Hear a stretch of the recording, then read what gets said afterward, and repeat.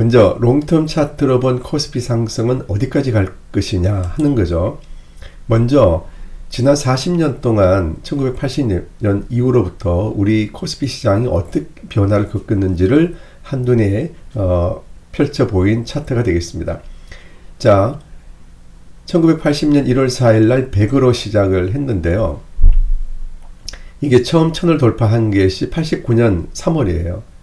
자, 그렇게 쭉 나가다가 우리가 잘 아는 90년대 말에 외환위기가 왔죠. 98년 6월입니다. 그래서 코스피가 277선까지 폭락을 했습니다. 그죠? 자, 이렇게 이 시점까지는 박스권을 형성을 했었어요. 그래서 우리가 박스피라는 얘기를 많이 했었죠. 이렇게 올라가면 조정을 받고 이렇게 움직이다가 2000년 이후로부터는 이제는 상승 추세로 이런 추세가 달라지는 것을 우리가 볼 수 있습니다. 먼저 99년 2000년에 발생이 됐던 닷컴 버블, 그리고 2009년 8년도까지 2007년입니다. 2007년도에 중국의 경제 호황, 중국 시장 굉장히 좋았죠. 그리고 우리나라에도 적립식 펀드 열풍이 불면서 우리 시장이 이렇게 쭉 올라갔습니다. 이 중국의 힘이었다 이렇게 볼 수 있을 것 같아요. 이머징 마켓으로 자금이 들어오면서 우리나라 시장도 같이 자금이 들어왔던 그런 시장이죠. 그러면서 그 다음에 우리가 잘 아는 2009년에 금융위기, 신용위기, 러만 브라더스가 부도 나면서부터 발생됐던 신용위기로 급락장세가 이어졌습니다. 그런 이후에 다시 주가가 이제 폭등하는 시장이 보여졌죠. 쭉 이어가다가 다시 3000포인트를 최근에 돌파를 합니다.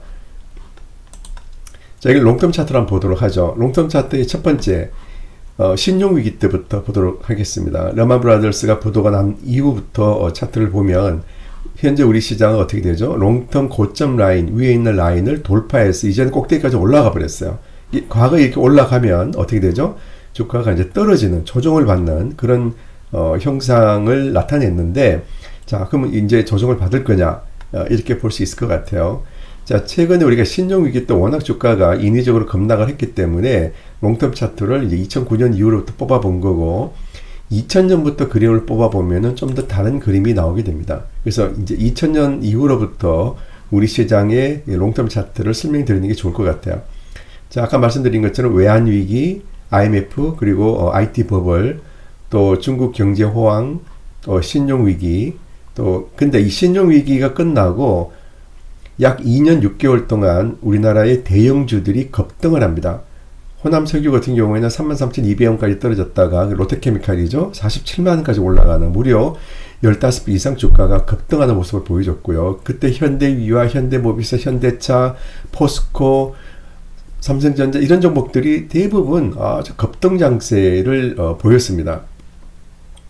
그런 시장이 한번 왔었어요. 예, 그러다가 그 후에 이제 조용했다가 2017년, 18년도에 반도체 시그널이 한번 크게 나왔고, 그 이후에 바이오가 한번 갔었죠. 그 이후에 이제 주가가 조정을 받다가 코로나19를 만나서 이렇게 역사적 저점을 이탈을 했습니다. 그러다가 이제 다시 최근에 이 중앙선을 강하게 돌파를 하는 거죠. 자, 이 그림을 가지고 우리가 롱텀 차트의 주가 위치를 현재 보면 58 정도에 와 있죠. 허리를 막 돌파하는 그런 모습을 보여줍니다. 따라서 이게 위에까지 올라간다면 과연 어디까지 갈 것이냐 하는 것은 이 롱텀 차트에 나오는 가격대를 참고하면 될 것 같아요. 자, 지금 이제 페이지 3의 3단계에 들어와 있다 이렇게 볼 수 있습니다. 그리고 이제 코스피 더하기 코스닥 이 시총을 다 합해서 이거를 가지고 고객 예탁금 비율을 한번 볼 수 있을 것 같아요. 이제 분모가 코스피 코스닥 시총이고 분자가 고객 예탁금인데, 이렇게 한번 그림을 그려보면은 지금 현재 여기 수준에 와 있어요. 그죠? 와 있는데 앞으로 요만큼 올라갈 수 있는 공간이 있다는 거죠. 과거에 최고점을 비교해서 본다면 과거의 최고점인 2002년, 2003년도 정도 시점으로 우리 갈 때도 이만한 공간이 많이 남아있다.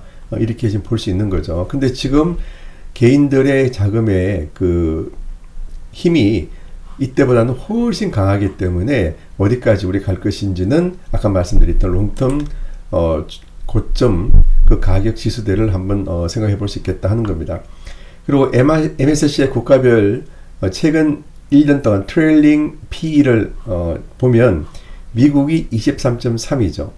캐나다가 16이고요.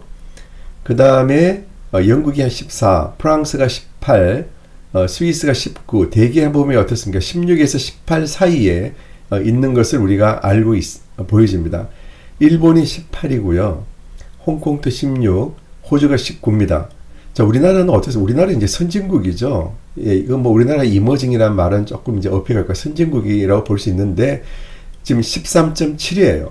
지금 많이 오르긴 했지만 그래서 P만 놓고 본다면 이제 어떻게 됩니까? 우리가 이제 코리아 디스카운터보다는 코리아 프리미엄을 최근에 받는다고 봤을 때 우리도 대만이 지금 19이니까 대만 수준까지 간다면 앞으로도 50% 올라갈 수 있는 공간이 남아 있는 거죠. 40% 이상 올라갈 수 있는 공간이 남아 있는 거예요. 그죠? 자, 이렇게 볼 수 있고 미국까지 본다면 상당히 더 올라갈 수 있는 공간이 있습니다. 자, 이렇게 봤을 때 우리가 너무 많이 올랐다라고 호들갑을 떨 게 아니라 좀 더 냉정하게 볼 필요가 있겠고 개별 대형주들의 펄을 보더라도 13.7 정도 평균이기 때문에 경우에 따라서 이거보다 더 낮은 그런 주식도 많이 있어요. 그러니까 이런 것들 잘 우리가 고를 필요가 있겠다. 자, 그래서 롱텀의 주가 위치별로 본다면 어깨 위치가 3,850, 머리 가격이 4,600포인트까지 이제 길게 보고 가야 될 시점에 우리가 오지 않았느냐 이렇게 설명드릴 수가 있을 것 같습니다. 제가 이제 말씀드린 것처럼 3,000포인트 왔다고 호들갑을 떨 게 하나도 없다는 거죠. 2,990이나 3,000이나 무슨 차이가 있습니까? 10포인트 차이밖에 없는데 앞에 숫자가 바뀌었다 그래가지고 이게 너무 많이 올랐다 뭐 큰일 났다 이렇게 볼 게 아니라는 거죠. 이제 우리 시각도 좀 바꿀 필요가 있을 것 같습니다. 하지만 우리가 하나 생각해야 될 것은 항상 변수라는 것은 존재하죠. 이번에 코로나19라는 것도 우리가 전혀 예상치 못했던 거고 한 번도 경험하지 못했던 거기 때문에 우리가 생각하지 못했던 일들이 또 생길 수도 있긴 합니다. 그죠? 그 위해서 우리가 마켓 타이밍을 제가 늘 말씀을 드렸죠. 그런 어떤 룰을 잘 지키시면 좋을 것 같고요. 미국의 대선은 이제 끝났지만은 1월 20일 바이든 대통령이 정식 취임하기 전까지 또 좀 더 우리가 관심을 가질 필요는 있겠다. 이런 말씀을 좀 드리고 싶네요.